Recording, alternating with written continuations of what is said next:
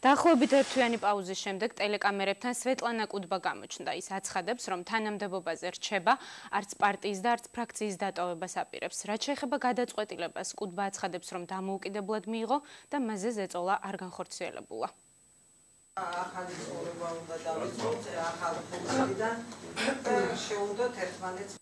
სვეტლანა კუდბა ახალი ფურცლიდან ურთიერთობების დაწყებას კოლეგებს კვლავ ქართული ოცნების რიგებიდან სთავაზობს. დეპუტატი კოალიციისა და ფრაქციის დატოვებას არაპირებს და წინა ხელისუფლების დროს ჩამორთმეული შენობის დაბრუნებას კვლავ ელოდება. სამწუხაროდ ის შენობის პრობლემა დღესაც დგას. დღესაც და მე ბატონ არჩილს შევხვდი ხაბაძეს და მასაც უთხარი. მე კი ვრჩები ოცნებაში, მაგრამ არ ვიფიქრო, რომ არ ვიბრძოლებ შენობაზე. არასამართლიანად ეს შენობა იყო ჩამორთმეული და მე მგონია, რომ დღევანდელი ხელისუფლება და ამ შენობას არ დამივზ, მაგრამ სანაცვლოდ მომცემ. კუდბას გადაწყვეტილება მედია ვასაძეს კითხვის ნიშნებს უჩენს.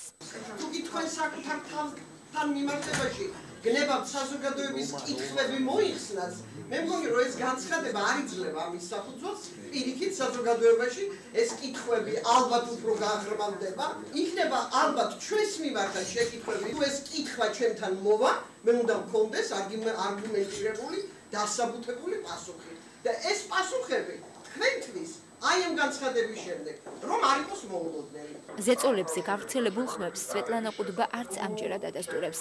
აჭარის უმაღლესი საბჭოს თავმჯდომარის განცხადებით კი დეპუტატთან კონსულტაციები არ გამართულა. ქალბატონი სვეტა არის ჩემი პარტიის წევრი, ჩემი მეგობარი. 30 წელია ჩვენ ვართ მეგობრები, რა კონსულტაციებზე მესაუბრებთ? არც ერთ მხარეს არ იყო ზეწოლა. ველაპარაკე პრემიერ-მინისტრს, გავარკვიეთ ურთიერთობა და ვრჩები ოცნებას ვრჩები ფრაქციაში. ურთიერთობების ახალი ფურცლიდან დაწყებისაკენ არ მოუწოდებია კოლეგებისთვის ჯემალ ფუტკარაძეს, თუმცა დეპუტატი უმაღლეს საბჭოში სიტუაციის დალაგების აუცილებლობაზე საუბრობს.